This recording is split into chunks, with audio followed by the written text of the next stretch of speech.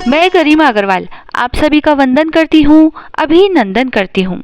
हमारे आज के इस वीडियो में हम जानते हैं कि साल 2023 में करवा चौथ का व्रत किस दिन रखा जाएगा तथा चंद्रोदय समय क्या रहेगा, पूजा का शुभ मुहूर्त क्या है। साथ ही सुहाग की लंबी उम्र की कामना से किए जाने वाले इस करवा चौथ के व्रत में कौन कौन सी जरूरी पूजा सामग्री है तथा करवा चौथ पर चौथ माता की पूजा कैसे करें। साल 2023 में कार्तिक मास के कृष्ण पक्ष की चतुर्थी तिथि की शुरुआत 31 अक्टूबर मंगलवार को रात 9:30 से हो रही है। यह तिथि अगले दिन 1 नवंबर को रात 9:19 तक रहेगी। ऐसे में उदया तिथि और चंद्रोदय के समय को देखते हुए करवा चौथ का व्रत 1 नवंबर 2023 बुधवार को रखा जाएगा। 1 नवंबर को करवा चौथ वाले दिन चंद्रोदय का समय रहेगा 8:26। पूजा का शुभ मुहूर्त रहेगा 1 नवंबर को शाम 5:44 से लेकर 7:02 तक। अब हम जानते हैं करवा चौथ के लिए जरूरी पूजा सामग्री। वैसे तो सभी क्षेत्रों में पूजा का तरीका अलग अलग होता है, तो पूजा सामग्री भी उस हिसाब से बदल जाती है, लेकिन फिर भी हम यहाँ आपको करवा चौथ की कुछ जरूरी पूजा सामग्री बता रहे हैं।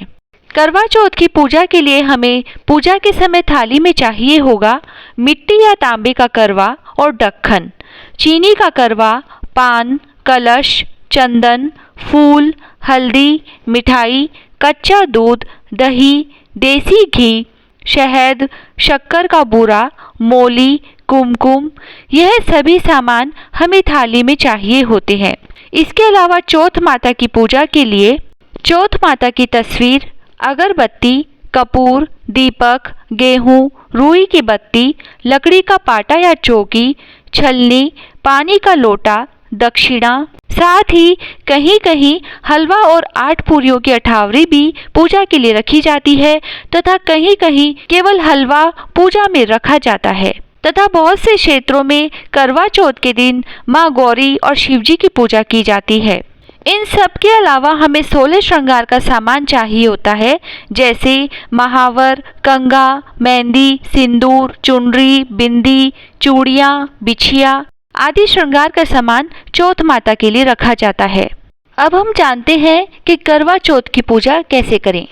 करवा चौथ के दिन सूर्योदय से पहले उठकर स्नान करें। इसके बाद मंदिर की साफ सफाई करके दीपक जलाएं। फिर देवी देवताओं की पूजा अर्चना करें और निर्जला व्रत का संकल्प लें। शाम के समय पुनः स्नान के बाद जिस स्थान पर आप करवा चौथ का पूजन करने वाले हैं वहां गेहूं से फलक बनाएं और उसके बाद चावल पीसकर करवा की तस्वीर या मांडना बनाएं। इसके बाद में 8 पूरियों की अठवारी बनाकर उसके साथ हलवा या खीर बनाएं और पक्का भोजन तैयार करें।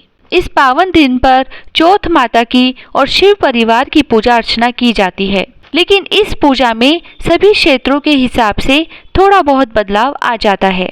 बाकी लगभग पूजा विधि समान ही होती है।